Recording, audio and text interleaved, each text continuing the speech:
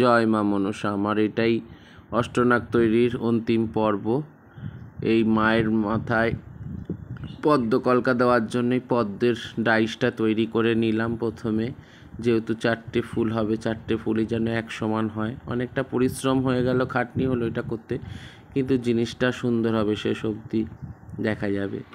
তারপরে বাকি যে মাটির কাজটা বাকি ছিল, ফাটা জোড়ানো, যেটা গোলা দেওয়া, সেটা কমপ্লিট করলাম।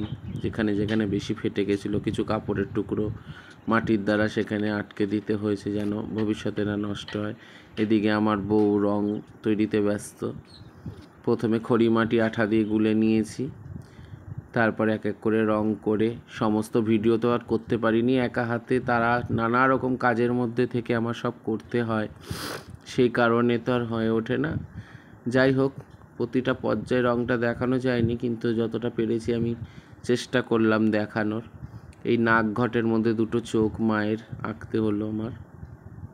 আর খুঁটিনাটি প্রচুর কাজ থাকে এই সমস্ত মূর্তি বানানোর। নাক চোখ দেওয়া হলো, এবার সাপের মধ্যেও কিছু কাজ হবে, সেগুলো দেখতে পারবে সামনের ভিডিওতে। এই নাগেরও ভিতরে কাজ হয়ে এখন লাস্ট আমার এটাই বেসের রংটাই বাকি আছে। এই কাঠামোর যে রংটা দিচ্ছি, বেগুনি রংটা, এই রংটাই শেষ কাজ, এরপরে রঙের কাজ শেষ। আর ওই যে সেই পদ্মগুলো দেখো, যেগুলো আমি করেছিলাম।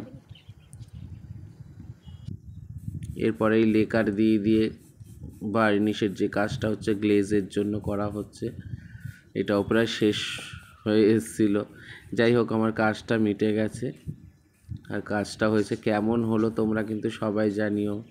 আমার তো নিজের খুব ভালো লেগেছে, মাকে বানাতে পেরেছি। অনেক বছর পর মূর্তির কাজ করলাম, করা হয় না সময়ের জন্য। আমি ছোটোবেলায় প্রচুর মূর্তি বানাতাম, আমাদের এলাকার লোক সেটা জানে। জয় মা। সবাই ভালো থাকুন, ভিডিওটা সবাই শেয়ার করুন। জয় মা মনসা দেবী, না করি বিচার, 59 নাগে ধরে রথের পাটোয়ার, আসিলা মনসা দেবী গো। সোনার খাটে বসে দেবী, রূপার খাটে পাও, দণ্ডে দণ্ডে দিব আমি স্বেচ্ছা মোরের বাও, আসিল মনসা দেবী গো। হংস বাহনে বন্দম দেবী পদ্মাবতী, অষ্টনাগ সহিত মাগো এস শীঘ্র গতি, আসিলা মনসা দেবী গো।